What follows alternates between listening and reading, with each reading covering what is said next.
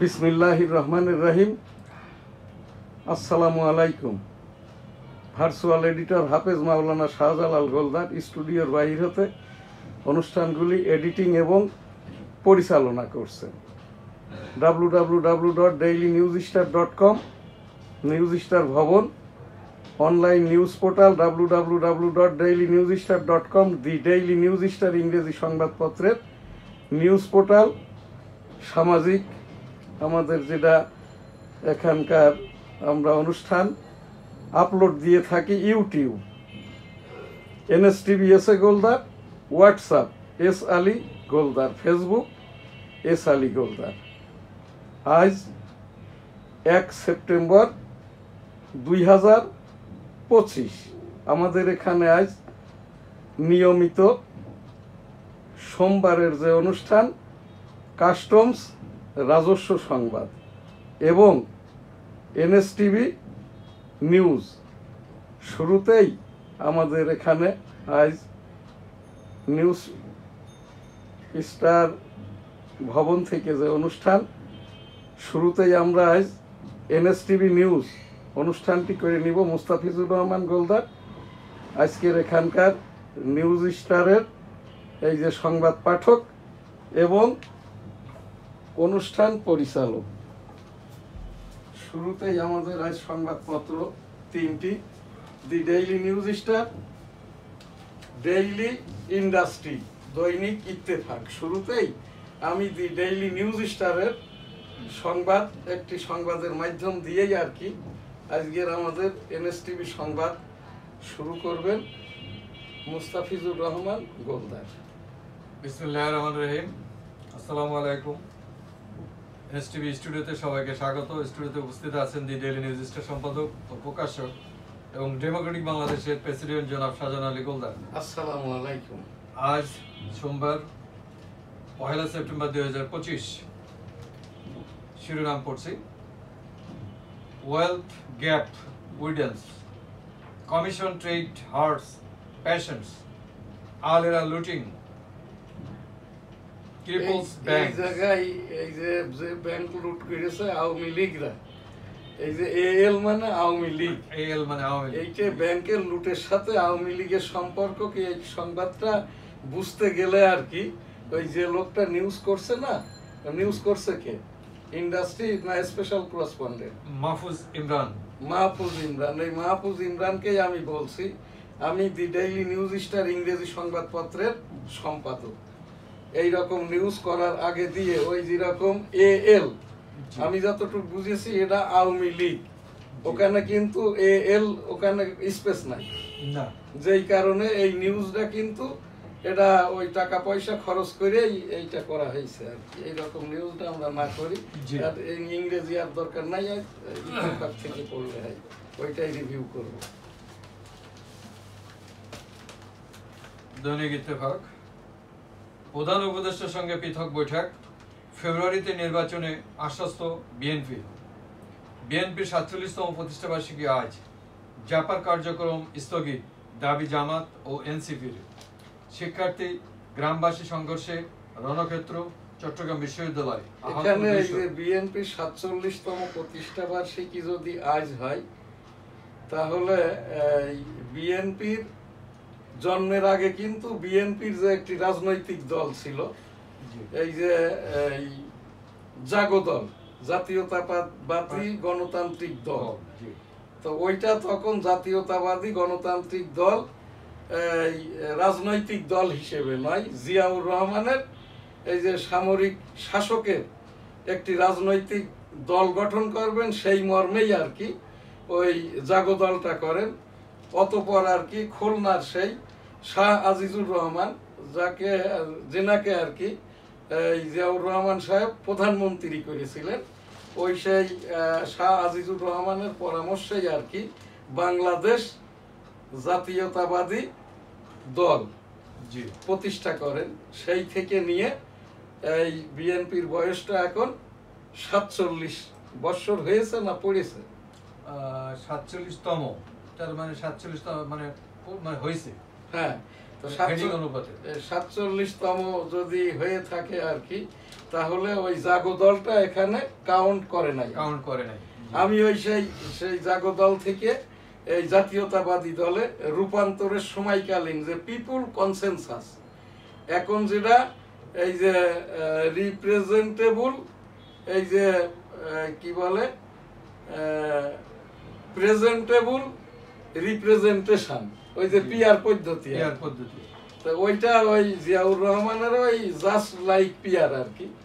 এই জন্যই এই পিআর আর কয়বার করা যায়, যে করেন তারেক রহমান সাহেব, বিএনপির নেতৃবৃন্দ মির্জা ফখরুল ইসলাম আলমগীর সাহেব, ওই যে রিজভী সাহেব এখনো বলছেন যে ফেব্রুয়ারিতে ভোট হবে কিনা সন্দিহান। তো সেই কথাটাই বলি, সেই 1977 সালেই এখানটায় আর কি ওই পিপুল কনসেনসাস ভোট করেছিলেন তৎকালীন জেনারেল জিয়াউর রহমান, এই দেশের একমাত্রই ব্যক্তি যিনি সংবিধান প্রধান, সংসদ প্রধান, রাষ্ট্রপ্রধান, এরপরে হলো সরকার প্রধান, 3 বাহিনী প্রধান, একমাত্রই কিন্তু জিয়াউর রহমান সাহেব। আর এরশাদ সাহেব ছিলেন 4 ক্রাইটেরিয়া, এই যে সামরিক আইন প্রশাসক, সামরিক আইন প্রশাসক বলে যে গণতন্ত্র হবে না তা কিন্তু নয়, গণতন্ত্র, রাজনীতি, ভোটাভুটি ইত্যাদির সাথে এই যে সামরিক শাসন এবং গণতন্ত্র, সংবিধান এবং সংসদ, রাষ্ট্রপতি এবং প্রধানমন্ত্রী, এর কিন্তু কোনো সম্পর্ক নাই। তা ওই সেই জিয়াউর রহমান সাহেব আর কি এখানে একটি তকমা দিয়ে থাকেন আর কি, যে বহুদলীয় গণতন্ত্রের প্রবক্তা। তখন কিন্তু কোনো রাজনৈতিক দলই ছিল না।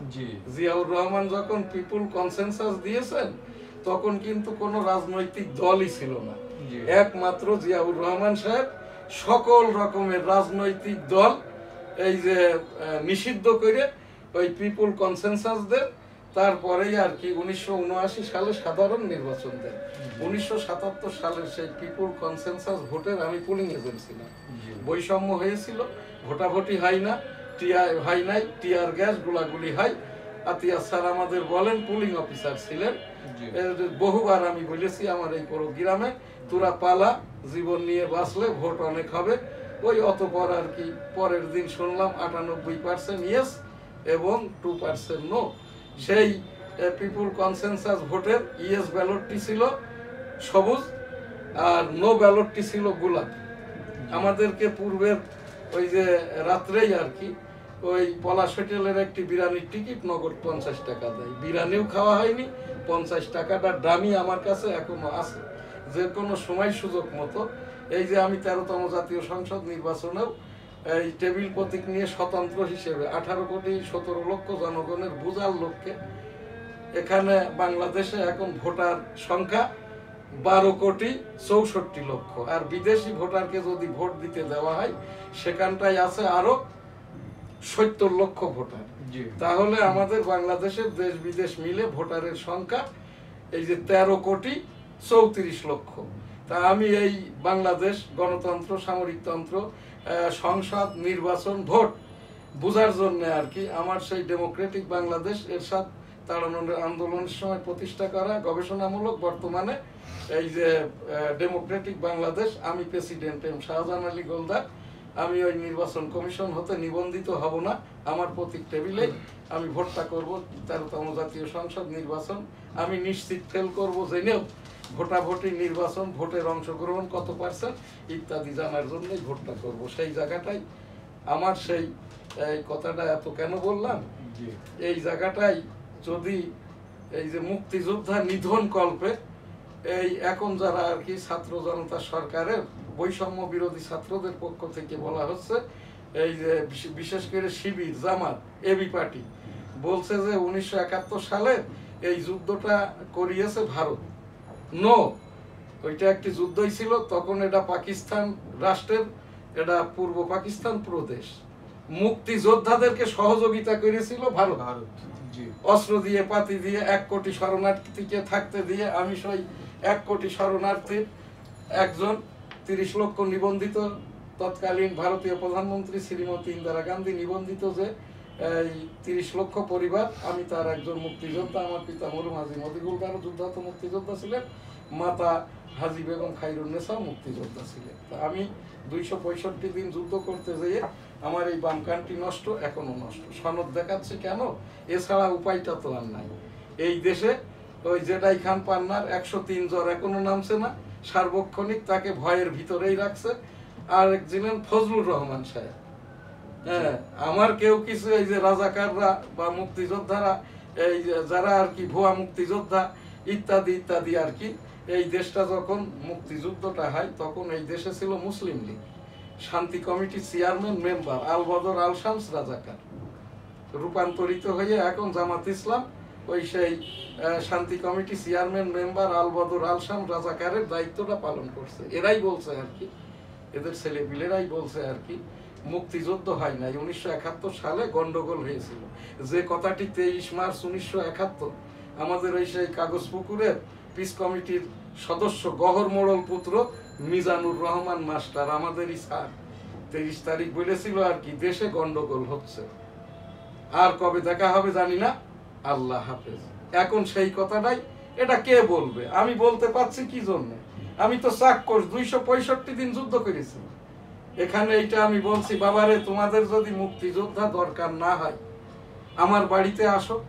আমার এটা সরকার নিবন্ধিত চ্যানেল বন্ধ করে দিয়েছিল আওয়ামী লীগ সরকার, ডক্টর মোহাম্মদ ইউনূস মহোদয়ের কাছে, এই যে মাননীয় রাষ্ট্রপতি সচিবের কাছে আবেদনের প্রেক্ষিতে আমার এই চ্যানেলটি খুলে দিয়েছি। আমি ডক্টর মোহাম্মদ ইউনূস মহোদয় মাননীয় প্রধান উপদেষ্টার কাজটাই করছি, রাষ্ট্রের কাজটাই করছি, ধর্মীয় মূল্যবোধের কাজটাই করছি, মুক্তিযোদ্ধাদের কাজটাই করছি, রাজাকারদের প্রকৃত চেহারাটাই উন্মোচন করছি। আমাকে যদি এই জেনারেশন মনে করে কিছু করবে, আমি প্রকৃত মুক্তিযোদ্ধা। আমি যেমন হাজার হাজার মরতে দেখেছি, ডজন ডজন মেরেছি আর কি। এই জায়গাটাই আমার ওই সেই কথাটাই আর কি। এখানে যদি মুক্তিযোদ্ধাই না থাকে, বঙ্গবন্ধুই না থাকে, জিয়াউর রহমান কোথা থেকে থাকে? তার এই ভাষণটাই বা কোথা থেকে থাকে? তো এই জায়গাটাই বাবারে, তোমাদের এতটাই যদি রাগ হয়, সকল রাগ নিয়ে এই যে আমার কাছে আসো। আমি যদি তোমাদেরকে বুঝাইতে সক্ষম হই, তাহলে তোমাদের কাছে একটাই জিজ্ঞাসা, 2024-এর ছাত্র জনতার আন্দোলনে আমি আমার এই চ্যানেল থেকে 10টি অনুষ্ঠান করেছি। আমার ছেলে, আমার মেয়ে, আমার নাতি নাতনিরা, আমরা সকলেই আর কি সেই জন্যই তো আর কি ছাত্র জনতার সরকার 2024। আমি এই বিএনপি নেতৃবৃন্দকে, তারেক রহমান সাহেব মহোদয় এখন ভালো ভালো কথা বলছেন মুক্তিযুদ্ধার উপরে, বিশেষ করে আপনার বাবা এক অংশের ঘোষক ছিলেন, মেজর থেকে জেনারেল জিয়াউর রহমান। কথাটা বলবেন বাবারে তারেক রহমান মহোদয়। আর তা না হলে কিন্তু এই যে আওয়ামী লীগের তো যাই হোক একটা পালিয়ে টালিয়ে যেভাবেই হোক আর কি পাশের একটা দেশে আশ্রয় পেয়েছে, পাকিস্তানে আশ্রয় পাবে কিন্তু জামাতে ইসলাম, তাদের সমর্থিতরা, এই আজিজুল হক পুত্র মামুনুল হক, ওই ফজলুল করিম পুত্র রেজাউল করিম, বৈষম্য, এই যে এখন আমাদের যিনি ধর্ম উপদেষ্টা, ইনারা পাকিস্তানে জায়গা পাবে। বিএনপির জায়গাটা কিন্তু ইন্ডিয়াতেও নাই, পাকিস্তানেও নাই, যতক্ষণ না পর্যন্ত তারেক রহমান মহোদয়, তার বাবাই যে মুক্তিযুদ্ধ করেছে, সেক্টর কমান্ডার ছিল এবং এখানটার আর কি এই যে মুক্তিযুদ্ধের এক অংশের ঘোষক। আমি সেই কথাটাই বলেই আর কি এই পর্বটার এই নিউজটা শেষ করছি।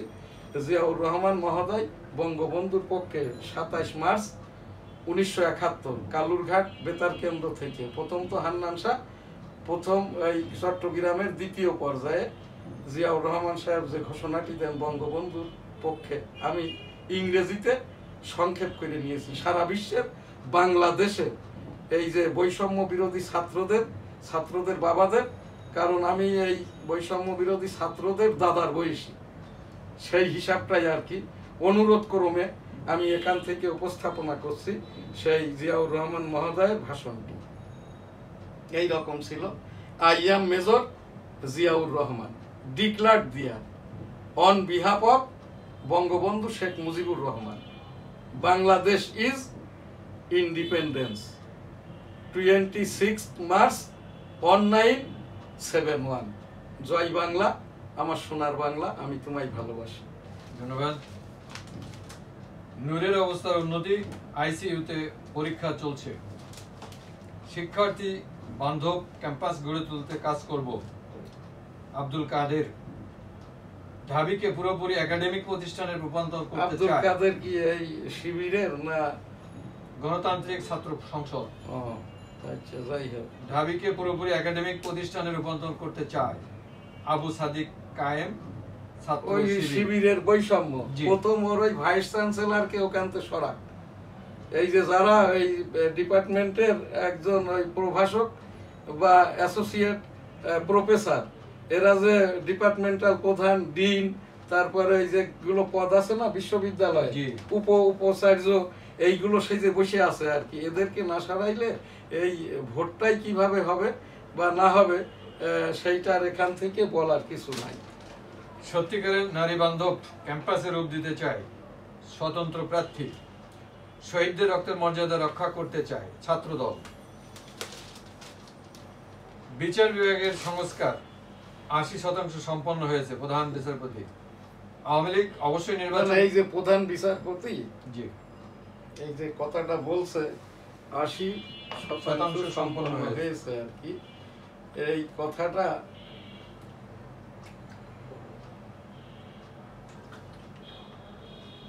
এখানটায় একজন প্রধান বিচারপতি বলতে পারেন না।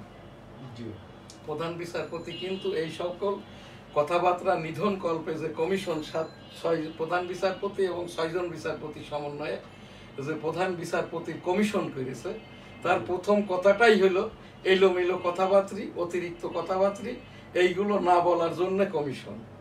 প্রধান বিচারপতি যে কথাটা এখানে বলছেন, উনি বলতেই পারেন, উনি তো এখনো স্থায়ী হন নাই, ৫ বছর মেয়াদী। হয়তো এই সকল কথাবার্তা বলার পরে ডক্টর মোহাম্মদ ইউনূস মহোদয়, মাননীয় রাষ্ট্রপতি সচিব, এগুলো মনে করলেই হবে না। উই আর আন্ডার মার্শাল্লাহ 18 crore পিপুল অ্যান্ড স্টেট। এই যে নূরের নাক ভেঙে দিয়েছে, চোয়াল ভেঙে দিয়েছে, মাথা ফুটো করে দিয়েছে, এইটা কিন্তু কে করেছে না করেছে খবরে যেটা আমরা পাচ্ছি, কেউ বলছে পুলিশ করেছে, কেউ বলছে মিলিটারি, এটা কিন্তু টকশোতে বলছে। আইএসপিআর থেকে নির্ধারিত করে এখনো কোনো সংবাদটা বলা হয় নাই, যে কারণে আমি নূরের মাঠটা ধরে নিচ্ছি। এটা একটা রাজনৈতিক দল, যেহেতু এখন আমরা উই আর আন্ডার মার্শাল্লাহ, 4 জনের অতিরিক্ত লোক এক জায়গায় হওয়া যাবে না, সেখানে একটা জনসভা করছে আর এক রাজনৈতিক দলের সামনে যেয়ে। এখানটাই আর কি হয় ওই political party to political party, অথবা আর কি যাদের উপরে আর কি অপোশাকি সংস্থা, এর ভিতরে আনসার থাকতে পারে, এর ভিতর ডিবি থাকতে পারে, এনএসআই থাকতে পারে, এসবি থাকতে পারে। মাথার যে মাইটটা, এটা হচ্ছে ওই যে রিভলভারের বাটে গুতা আর কি। হ্যাঁ, এটা কিন্তু বড় কোনো রাইফেল বা বাঁশ চটা দিয়ে না। আর এই যে যেটা সুপা ভেঙে দিয়েছে আর কি, এটা হচ্ছে ওই ওই রিভলভারের ওই বাট দিয়েই আর কি এইরকম নূরের কাছে জানা যাইবে আর কি। এবং নাকটা ভেঙে দিয়েছে বক্সিং মেরে, এটা ট্রেন করা। এই একমাত্র এই ট্রেনিংটাই করা হয় এই যে সিআইডি অপোশাকি হিসাবে, যারা মার্ডার কেস টেস্ট তদন্ত করে না, ওই যে ফকির সেজে, পাগল সেজে, বিভিন্ন রকম পোশাক নিয়ে আর কি। তো এই নূরের মাইটটা দিয়েছে এই মাই। আর এই মারির পিছনে আবার এরামও হতে পারে, ইহুদিদের এজেন্টরাও হতে পারে। কারণ ইহুদিদের টাকা নিয়ে যে কাজ করার কথা নূরের, জুনায়েদ সাকির, এরা সেই কাজটা করছে না, উল্টাটা করছে। এখন এইটার কোনটারে নিবেন, নূর সুস্থ হওয়ার পরে যখন সেই স্টেটমেন্ট দিবে, আমরা সেই অপেক্ষায় আছি, আমরা এনএসটিভি ওই অপেক্ষায় আছি, ভাবাবেগে নাই। আর মাননীয় প্রধান বিচারপতি মহোদয়, আমি 38 বৎসরের একজন আইনজীবী, মাননীয় উচ্চতর আদালতে রাজস্ব বিষয়ক মামলা করে থাকি। ভাবাবেগে কথাটা আপনি বলবেন না। আইনি কারবার হয়ে গেলে, প্রধান বিচারপতি হয়ে গেলে, বিচারপতি হয়ে গেলে, প্রসিকিউটর হয়ে গেলে, সে সরকারের হোক অপোনেন্টের হোক, এখানটায় কিন্তু তার এই জায়গাটা নাই। কোন রকমের আউটডোরে কথা বলারই জায়গা যদি থাকতো, তাহলে সিনহাকে শোনা যায় সে স্বেচ্ছায় গেছে, কেউ কেউ বলে তৎকালীন সরকার পাঠিয়েছে, সেটা না হয় হলো আর কি। এই যে তাহলে এই মানিক সাহেবকে, একজন বিচারপতিকে আর কি, শামসুদ্দিন চৌধুরী মানিক, এখন জেলখানায় না, তার হোলের বিসি ফাটিয়ে দিয়েছে। হ্যাঁ, তাহলে এই জায়গাটাই মাননীয় প্রধান বিচারপতিকে আমি এইভাবে কেন বলতে পারছি বলেন তো? আমার বয়স 65, আমারে কিন্তু 3 বার মারতে আসছে। এরা ছাত্র জনতারও কেউ না, এরা কোনো রাজনৈতিক দলেরও না, এরা সুবিধাবাদী। আমার বাড়িটা লিখে নেওয়ার জন্য দলিল করে আনছে। যাই হোক আর কি, সেখান থেকে আল্লাহ তাআলা যেহেতু হেফাজত করেছে আর কি, আমি এই যে যারা অবৈধভাবে রাষ্ট্রীয় ক্ষমতায় বসে আছে, এই যে ফজলুর রহমান সাহেব গতকাল বললেন আর কি, তারেক রহমানকে, এই দেশের ৬০০টি উপজেলাতেই জামাতের বৈষম্যরা, যাদের এই পদায় পদায়িত হওয়ার যোগ্যতা নাই, থানাতে, তারপরে হচ্ছে এই যে ডিস্ট্রিক্টে, ঢাকাতে, সচিবালয়ে সব জামাত ইসলাম, বিশ্ববিদ্যালয়গুলোকে, ধর্মীয় প্রতিষ্ঠানগুলোকে, জাতীয় মসজিদ বাইতুল মুকাররমে কোনো লেখাপড়া নাই। হাফিজিহুল্লাহ আব্দুল মালেক, উনি নাকি বিভিন্ন দেশ থেকে ওই হাফেজ সাহেবদের থেকে, মাওলানা সাহেবদের থেকে শুনে শুনে হাফিজিহুল্লাহ বাইতুল মুকাররমের উনি স্বঘোষিত আহলে সুন্নত আল জামাত, আহলে সুন্নতি উহাবি সালাফি, তারপরে হচ্ছে আহলে সুন্নতি হচ্ছে এই লামাজাহাব, আহলে সুন্নতি হইল ওই যে যাদেরকে বলা হচ্ছে আহলে সুন্নত আল জামাত। এই জায়গাটাই বাংলাদেশের পিরাই মসজিদ দখল করে নিয়েছে। এখানটাই এই আমার সেই কথাটি আর কি, আমি কি জিয়াউর রহমানের এই ভাষণটি কি বলেছি? হ্যাঁ, জিয়াউর রহমান। তাইলে অন্য খবর। ধন্যবাদ। ও তো সেই জায়গায় সেই 1977 সালে বৈষম্য হয়েছিল। অতঃপর বিএনপির এই যে ৬ষ্ঠ জাতীয় সংসদ নির্বাচন 1996 সালের 15 ফেব্রুয়ারি আমি নির্বাচন করেছিলাম স্বতন্ত্র কনস্টিটিউয়েন্সি ন্যাশনাল 85 যশোর 1 থেকে সারসা বেনাপুর। সেই নির্বাচনেও বৈষম্য হয়েছিল, আমি জিতেছিলাম। 2 দিন পরে নির্বাচন দেয় ঘোষণা করে বিএনপি প্রার্থীকে বেগম খালেদা জিয়া, 2 বার ফুল টাইম আর 14 দিনের সাবেক প্রধানমন্ত্রী, সেই বেগম খালেদা জিয়া দীর্ঘায়ু সুস্বাস্থ্য কামনা করি। তারেক রহমান সাহেব যেহেতু সুন্দরভাবে রাজনীতিটা করছেন, খুব দ্রুতই যাতে করে দেশে ফেরত আসতে পারেন, তারেক জিয়ার সুস্বাস্থ্য এবং দেশে ফেরত আসার ব্যাপারেও দোয়াটা কামনা করি। আস্তাগফিরুল্লাহ, আমিন। ধন্যবাদ। আওয়ামী লীগ অবশ্যই নির্বাচন ভণ্ডুল করতে চাইবে, স্বরাষ্ট্র উপদেষ্টা। স্বরাষ্ট্র উপদেষ্টার এই যে কথাটা, আওয়ামী লীগ তো নিষিদ্ধ, জি, আওয়ামী লীগ এই দেশেই আর নাই। স্বরাষ্ট্রমন্ত্রী কিন্তু প্রমাণের দায়িত্ববাদী। আইসিটি অ্যাক্ট, এই যে আইসিটি অ্যাক্ট বইয়ের অথর আমি 2018 সালে লিখিত, বইটির মূল্য 500 টাকা। আমি একান্ত আইনের বলেই বলছি, স্বরাষ্ট্রমন্ত্রী যেটা বলেছেন আইসিটির ভাইলেশন, অটো কিন্তু মামলা হয়ে গেছে অনলাইনে। এইটাই পরবর্তীতে যখন সরকার আসবে বা অন্য কেউ, হয়তো তখন উনি বেঁচেই থাকবে না, কিন্তু বিচার থেকে কিন্তু অব্যাহতি পাবে না। নূরের উপর হামলার দায় সরকারকে নিতে হবে, উপদেষ্টা আসিফ মাহমুদ। না না, এই কথাটা বলবে কিন্তু আসিফ নজরুল। জি, ওই নামটা কি আসিফ নজরুলের জায়গায় আসিফ মাহমুদ হয়ে গেছে না? উপদেষ্টা আসিফ মাহমুদ। তাইলে তো আসিফ মাহমুদ তো উপদেষ্টা, উপদেষ্টাই বলছে। ইনি তো আসিফ নজরুল আইন উপদেষ্টা নন না, মনে হচ্ছে। এই দেশে কিন্তু আইন উপদেষ্টা নাই। জি, তো এখন এই জায়গাটায় যে কথাটা আইন উপদেষ্টা, সেই কথাটা আজকে ভাগ্যটা আমাদের ভালো বাংলাদেশের মানুষজনের, এই যে মাহফুজ আলম আর আসিফ মাহমুদ, ওই যে ওই রাগে ক্ষোভে দুঃখে নাহিদ ইসলামের মতো এই যে উপদেষ্টা থেকে পদত্যাগটা করে না। জি, এই যে এনসিপি কিন্তু এই যে ওই যে জেলখানার তাবিজ বানাইতো আর কি, যদি এই উপদেষ্টা পদ 2টি না থাকতো, এদের নামে যত এই যে নারী ঘটিত টাকা পয়সা নিয়ে চুরিদারি ঘুষ যতগুলোই আর কি এখানটায়, এটা টাকা দিয়ে করানো হয়েছে। কারা করেছে না করেছে এটা যেরকম দেশবাসী সবাই জানে, আমরাও জানি। আমার এখান থেকে আমি ওটা জানলেও বলবো না। তো এই জায়গাটাই বাবারা, তোমরা যে 2 জন আছে, কোনো ক্রমেই পদত্যাগ করবে না, যে সরকারি হোক না কেন। এখানটা থেকে এই ছাত্রদের মধ্য থেকে কমপক্ষে 5টি মন্ত্রী নিতে হবে, স্বরাষ্ট্র, পররাষ্ট্র, স্থানীয় সরকার, আর এরিটা কি জানো, সমাজ কল্যাণ, ধর্মীয় মূল্যবোধ। এই 5টি সরকার ব্যবস্থা এনসিপি নিবে। এনসিপির কিসের নিবন্ধন? এনসিপি কে যে মেজর পার্টি বিএনপি, এনসিপির জন্য 50টা সিট ছাড় দিবে। আমি 1987 সাল থেকে রাজনীতিটা করি। ওই সেই বহুদলীয় গণতন্ত্রের প্রবক্তা জিয়াউর রহমানের পিপুল কনসেনসাস ভোটের আমি পুলিং এজেন্ট। আমার রাইট আছে কি নাই? অবশ্যই রাইট আছে, আছে না? আমি তারেক রহমান সাহেবকে বলছি আর কি, আপনি কোনো এদিক ওদিক যুক্তি তর্ক নয়, আপনার নিজ দায়িত্বে এনসিপি কে 50টা সিট দিয়ে দেন। এই এনসিপি যথেষ্ট জামাত শিবির এবি পার্টিকে সাইজ করার জন্য। আর এখানটায় এই দেশে আওয়ামী লীগ আর কবে ক্ষমতায় আসবে, আমি যতটুকু বুঝেছি আওয়ামী লীগ আর হিন্দু এদেশে নাই, আছে ভোটার আছে, আওয়ামী লীগ ভোটার আছে। যদি তারেক রহমান সাহেব এই কাজটি করতে পারেন, এই সাধারণ মানের 4,20,00,000 আওয়ামী লীগ সমর্থন যে ভোট, এর অধিকাংশই যাবে বিএনপি এবং এনসিপির দিকে। জামাত ইসলামের টোটাল ভোট হলো 55 লক্ষ। এদের টোটাল ভোটের সকলেই আর কি ওই গ্রাম থেকে নিয়ে ঢাকা পর্যন্ত পোর্টফোলিও ধরে, কমিটিভুক্ত। তাই এইটা যদি আপনি ধরেন, জামাতের নেতা আছে, ভোটার নাই, একটি সিটও পাবে না, একটি আসনও পাবে না। আর ওই চরমনাই পীর পুত্র আর ওই আজিজুল হক পুত্র, এদের তো হইলো সমর্থক হইলো ওই মাদ্রাসার শিক্ষকরা আর ওই যে তাবলীগের অনুসারীরা আর ছাত্ররা। ধন্যবাদ।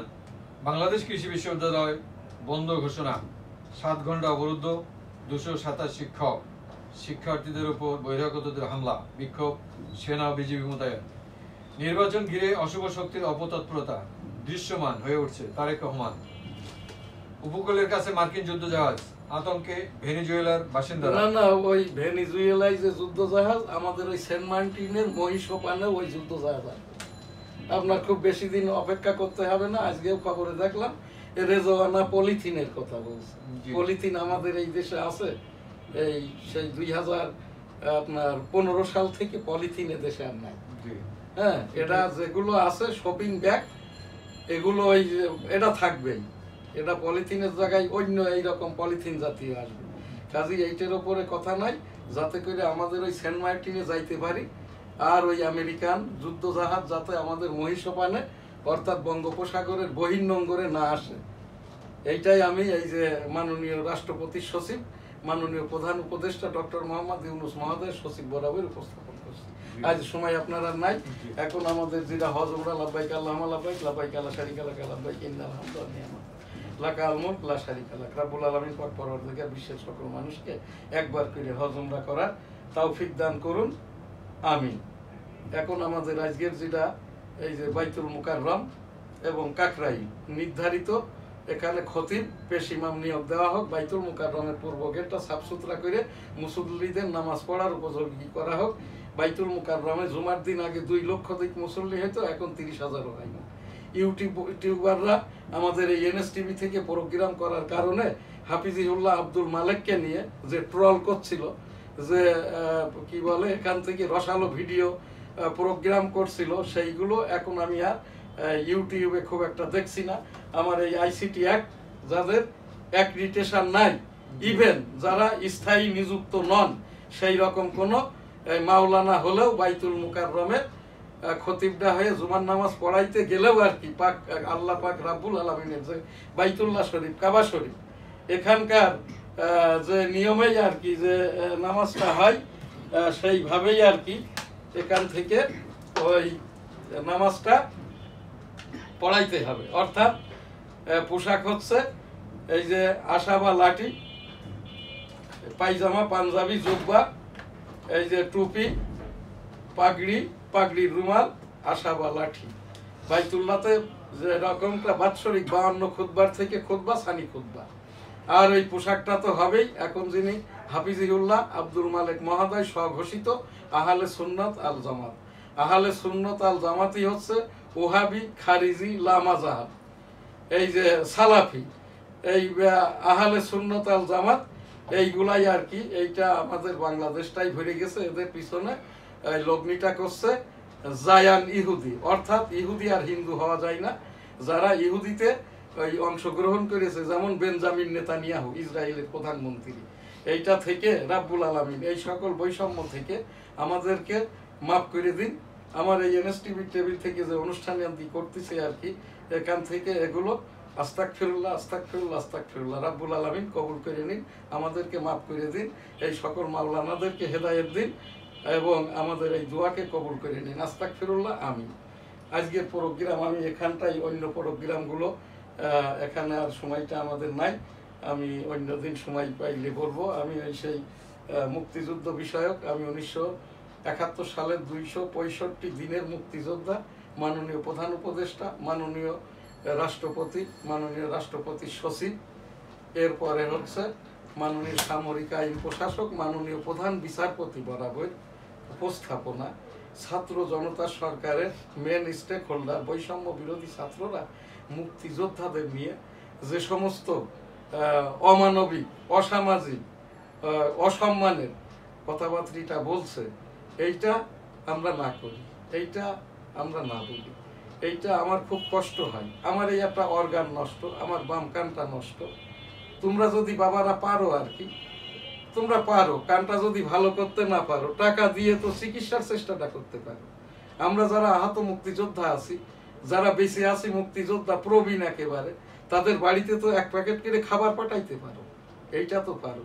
দেশটাই যদি না হয়, দেশ নেতাই যদি না হয়, তাহলে সেই তোমরা কিসের 2024-এর আবার কি বলে ওর কি করবে জানো আর কি। তো সেই জায়গাটাই আমার কথা নাই, মুক্তিযোদ্ধাদের অসম্মান নাই। আমরা দেশটা এনে দিয়েছি, তোমরা এখন তোমার বাবারা দাদারা ঝালে ঝোলে বলে, এই যে জামাতিরা, এই এখানকার মুসলিম লীগাররা, ওই যে আল বদর, আল শামস, পিস কমিটি, রাজাকার, এর সকলেই আর কি ঝোলে ঝালে বলে। তারপরেও কিন্তু জামাত ইসলামের সমর্থক ছিল 1971 সালে মুক্তিযুদ্ধ চলাকালীন মুসলিম লীগ 75 লক্ষ, আর বাংলার এই মানুষজন ছিল মুক্তিযোদ্ধা সহ 6,75,00,000। জামাত ইসলামের সংখ্যাটা কমেছে, এখন এদের সমর্থক 65 লক্ষ। মুক্তিযোদ্ধা পরিবার এবং মুক্তিযোদ্ধার সংখ্যা মুক্তিযোদ্ধা সহ পরিবারের সংখ্যা 4,20,00,000 এবং ভোটারের সংখ্যা 4.5 কোটি। বিএনপিরও মুক্তিযোদ্ধা বিষয়ক ভোটের সংখ্যা 4.5 কোটি। বাকি যে ভোট আছে আমাদের এখানে আর কি 13,34,00,000, বাকি থাকে আর 4,34,00,000। পিআর করুক আর যেটাই করুক না কেন, ক্ষমতায় এই দেশের, যেটা সাধারণ মানুষ বলছে, একেবারেই যারা টাকা পয়সা না নিয়ে ভালোবেসে ভোটটা দেয় জিয়াউর রহমানকে, বঙ্গবন্ধুকে, সেই রকম ভোটারের এখানটায় আর কি সংখ্যাটা কিন্তু 8 কোটি। তা সেই 8 কোটি ভোটের অধিকাংশই যদি আওয়ামী লীগ যখন ভোট করবে না, এটা যাবে বিএনপির দিকে, বিএনপি যদি ছাড় দেয় এনসিপিকে, এনসিপির দিকে। আমার এখানটায় আর কি সেই কথাটা বলেই মুক্তিযোদ্ধাদের অসম্মান নাই। মানবিক দৃষ্টিকোণ থেকে মুক্তিযোদ্ধাদেরকে আমার যেটা এখানে মুক্তিযোদ্ধা বিষয়ক উপদেষ্টা বরাবর উপস্থাপনা, মর্যাদা সেটেলমেন্ট প্রত্যাশা করছি। আলহামদুলিল্লাহ, আল্লাহ হাফেজ। আজকের প্রোগ্রাম এখানেই শেষ করছি। আজ 1 সেপ্টেম্বর 2025। NSTV নিউজ সহ সকল প্রোগ্রাম এখানেই শেষ করছি।